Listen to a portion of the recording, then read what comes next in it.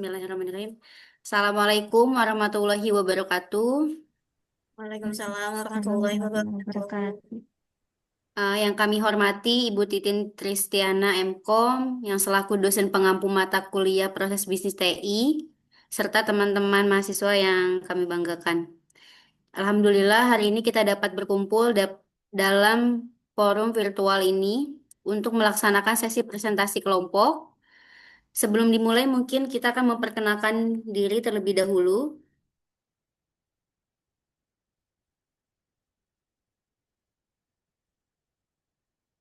Yaitu ada Kalia Amalia eh 11 25 01 02, kemudian ada saya sendiri yaitu Melina Susanti dengan NIM 11 25 0069, kemudian ada Kanada Nadifah dengan NIM 11 25 01 01, kemudian ada Kak Yuniar Dwi Setiawan dengan NIM 11 25 0025. Kami dari kelompok 5 akan mempresentasikan atau memaparkan hasil penelitian kami mengenai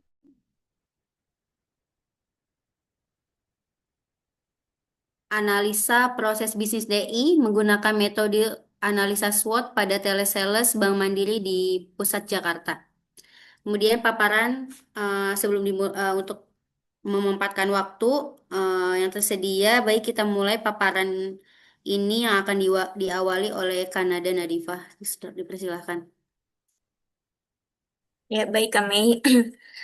Berikut ini latar belakang eh, pada permasalahan kami, yaitu di mana di era digitalisasi perbankan ini, efisiensi dan keamanan dalam pelayanan nasabah menjadi prioritas utama.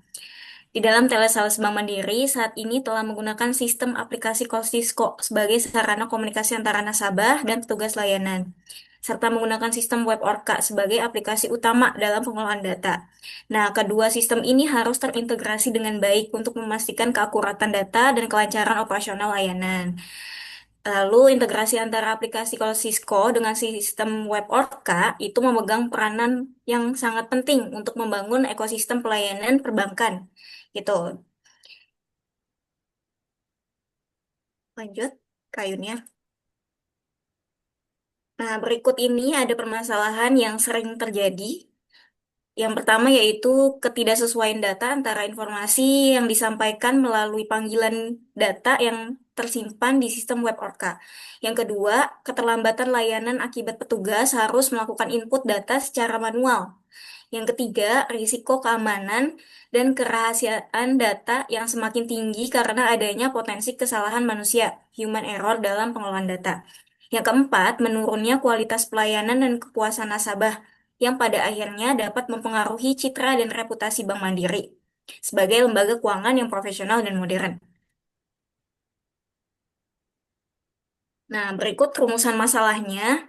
Yang pertama, bagaimana kondisi integrasi antara aplikasi Kosisco dengan sistem web Orca pada layanan perbankan saat ini? Yang kedua, apa saja kendala yang muncul dalam proses integrasi kedua sistem tersebut? Yang ketiga, bagaimana solusi atau strategi yang dapat dilakukan untuk mengoptimalkan integrasi kedua aplikasi tersebut?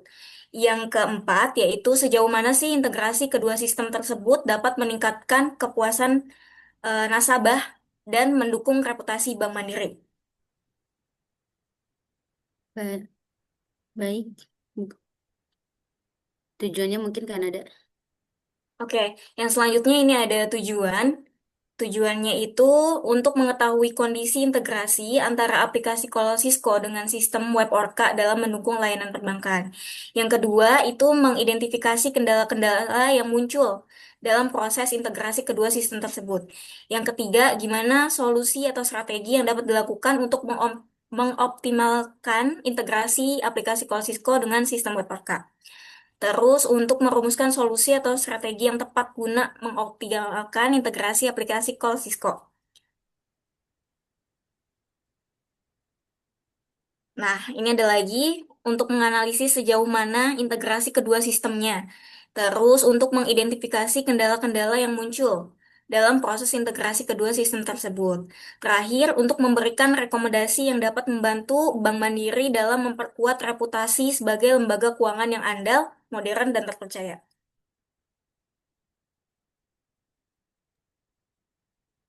Baik, terima kasih Kanada atas paparannya. Kemudian akan dilanjutkan oleh Kalia, Amalia. Saya persilakan. Baik, terima kasih Kak Mei. Saya akan menjelaskan sedikit untuk sejarah perusahaan dari PT Bank Mandiri, yang dimana Bank Mandiri Persero ini badan usaha milik negara Indonesia yang bergerak di bidang perbankan korporat dan juga pemerintahan Indonesia pemegang mayoritas saham perusahaan ini melalui Danantara.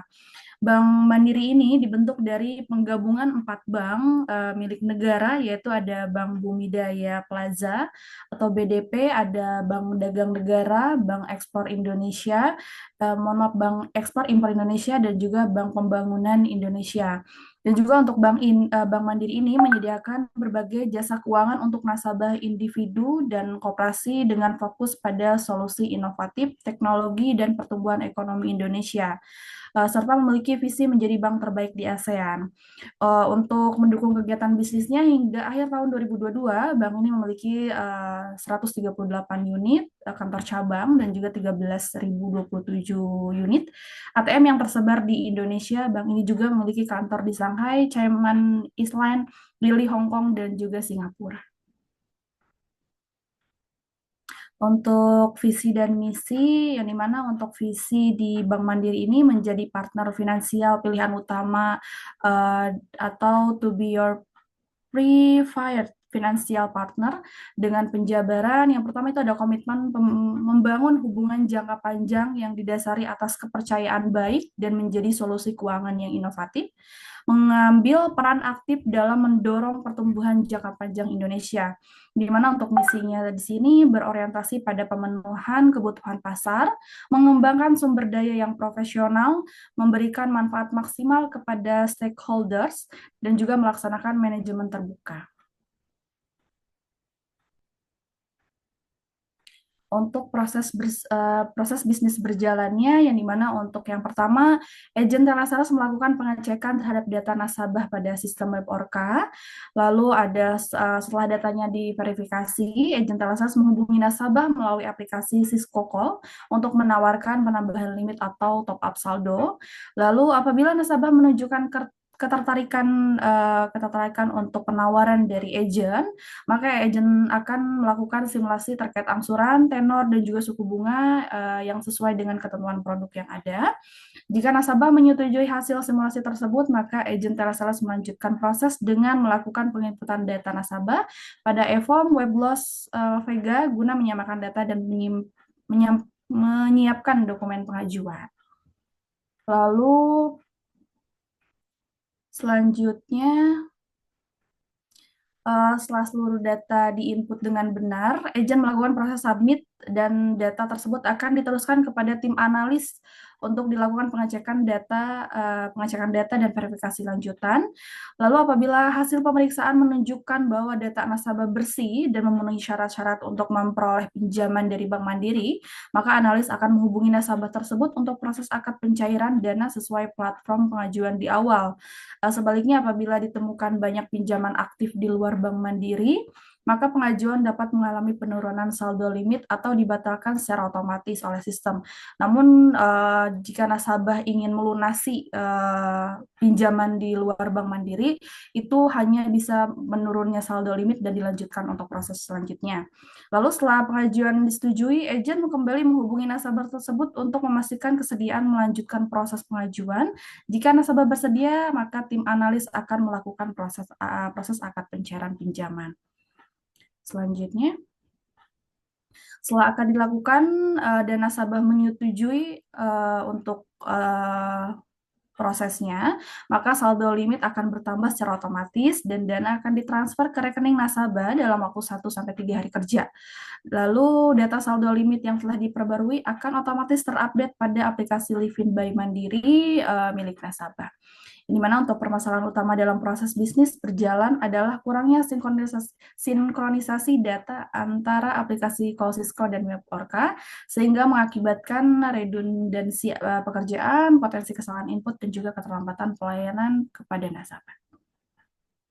Baik, terima kasih Kak Lia atas paparannya. Kemudian akan dilanjutkan oleh Kak Yuniar. Silakan.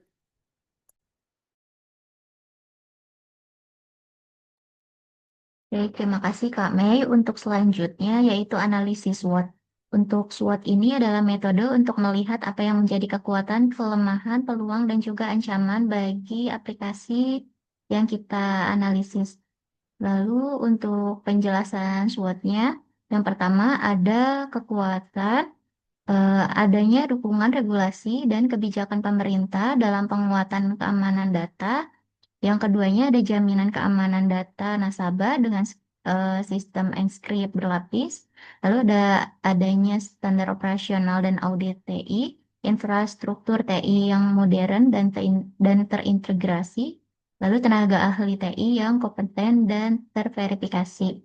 Yang kedua ada weakness atau kelemahannya. Yang pertama ada kurangnya literasi digital di kalangan pengguna layanan perbankan, ketergantungan tinggi pada sistem pusat atau server yang rawan overload, biaya pemeliharaan sistem dan infrastruktur TI-nya, lalu adaptasi terhadap teknologi baru masih memerlukan waktu yang lama, lalu kurangnya sinergi dan visi dari divisi TI dan non-TI dengan inovasi baru. Lalu untuk selanjutnya ada peluangnya. Yang pertama, peningkatan kebutuhan layanan digital banking, lalu tren cashless society yang semakin luas, inovasi teknologi baru seperti AI dan big data untuk personalisasi layanan, kemitraan strategi dengan fintech dan startup, lalu dukungan pemerintahan terhadap transformasi digital. Lalu selanjutnya yang keempat ada ancaman, yaitu yang pertama ada ancaman serangan cyber dan pencurian data digital, lalu persaingan ketat antar bank dan fintech, perubahan regulasi yang cepat terkait dengan data pribadi dan keamanan digital. Lalu yang selanjutnya risiko downtime atau gangguan sistem operasional. Lalu yang terakhir, ketidakstabilan ekonomi global yang mempengaruhi investasi dan kepercayaan nasabah. Nah, untuk selanjutnya ini ada treat untuk opportunity-nya. Yang pertama ada memanfaatkan infrastruktur TI modern untuk mengembangkan layanan digital banking. Yang kedua ada menggunakan tenaga ahli TI untuk mengintegrasi teknologi AI dan big data. Yang keempat memperluas kemitraan dengan fintech. Yang kelima menawarkan program edukasi digital kepada masyarakat. Lalu di sini untuk weakness opportunity-nya, yang pertama memberikan pelayanan dan sosialisasi literasi digital bagi nasabah dan karyawan, lalu meningkatkan sistem backup dan redundasi data untuk mengatasi ketergantungan, lalu mengoptimalisasi efisiensi biaya pemeliharaan dengan penggunaan teknologi iCloud. Yang terakhir, mempercepat proses adopsi teknologi baru, melakukan kolaborasi lintas divisi dan vendor teknologi. Selanjutnya ada strength rate-nya, mengembangkan sistem keamanan berlapis untuk melawan ancaman cyber, memanfaatkan keunggulan regulasi dan standar audit untuk menjadi kepercayaan nasabah, menerapkan inovasi teknologi untuk menghadapi persaingan dengan fintech, lalu menyediakan sistem pemulihan cepat. Lalu yang terakhir ada weakness trade-nya, yaitu yang pertama mengurangi risiko biaya besar dengan menerapkan strategi efisiensi energi dan cloud computing, meningkatkan koordinasi antar agar beradaptasi terhadap regulasi baru, membangun sistem monitoring TI yang proaktif untuk mencegah gangguan operasional. Lalu yang terakhir, menyusun kebijakan keamanan berlapis agar ancaman cyber tidak berdampak pada data nasabah. Baik, terima kasih Kak Yuniar atas paparannya. Kemudian akan dilanjutkan oleh saya yaitu terkait kendalanya ya. Jadi di sini ada 4 kendala, yaitu ada kendala teknis, Jadi sistem tuh belum sepenuhnya terhubung. Jadi sehingga data tuh tidak otomatis sinkron. Kemudian ada kendala operasionalnya yang kedua, petugas harus melakukan input ganda yang memakan waktu. Kemudian ada yang ketiga, kendala keamanannya ini potensi kesalahan manusia dalam input data bisa menimbulkan resiko kebocoran data. Kemudian yang keempat adalah ada kendala pelayanannya juga. Jadi nasabah juga merasa yang dilayani itu lambat gitu ya karena proses verifikasinya juga berulang gitu. Kemudian ada solusinya yaitu pengembangan sistem integrasi penuh antara web Orca dan Cisco agar dapat otomatis tercatat di kedua sistemnya. Kemudian ada penerapan API, Application Programming Interface, jadi untuk memastikan sinkronisasi data secara real time. Kemudian adanya pelatihan sumber daya manusia secara berkala agar petugas juga mampu mengoperasikan sistemnya dengan baik dan meminimalkan human error. Keempat, yaitu ada peningkatan keamanan datanya dengan enkripsi dan sistem autentikasi berlapis. Kemudian yang terakhir yaitu monitoring dan evaluasi berkala bertahap terhadap performa sistem untuk memastikan keandalan layanannya. Jadi kesimpulannya yang bisa kita ambil pada mengenai mengenai integrasi sistem Orca dengan sistem call pada layanan pada layanan perbankan. Jadi dapat disimpulkan yang pertama itu yaitu proses bisnisnya yang berjalan saat ini tuh masih menghadapi kendala integrasi, terutama dalam sinkronisasi data antara panggilan nasabah melalui Cisco dengan pencatatan data di web orkanya. Jadi nggak sinkron datanya. Kemudian kendala utamanya yang ditemukan adalah duplikasi input. Jadi resiko human error-nya, terus keterlambatan layanannya, serta potensi gangguan keamanan datanya.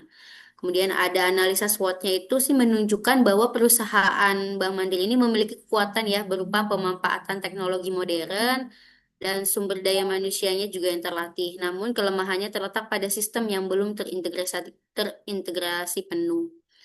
Untuk peluangnya yang dapat diraih adalah peningkatan kepuasan nasabah dan penguatan citra perusahaan. Sedangkan ancaman yang harus diwaspadai ya mungkin jadi adalah penurunan reputasi bank dan resiko keamanan data jika permasalahan ini tidak segera diatasi.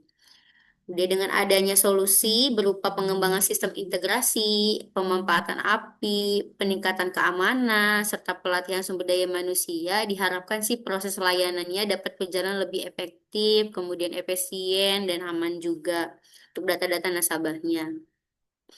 Adapun saran bagi perusahaan atau bank mandiri, jadi segera melakukan pengembangan sistem integrasi penuh antara web Orca dan Cisco agar proses data sinkronisasinya juga dapat berjalan secara otomatis. Memperkuat sistem keamanan data dengan enkripsi, autentikasi ganda, dan monitoring berkala. Melakukan evaluasi rutin terhadap performa sistem untuk meminimalkan gangguan layanan. Mungkin saran untuk bagi SDM atau petugas layanan yaitu adanya tuh kegiatan mengikuti pelatihan penggunaan sistem secara berkala agar lebih mahir dan meminimalisasi kesalahan dalam pengolahan data tersebut. Kemudian untuk peningkatan kecepatan dan ketelitian dalam memberikan layanan kepada nasabah.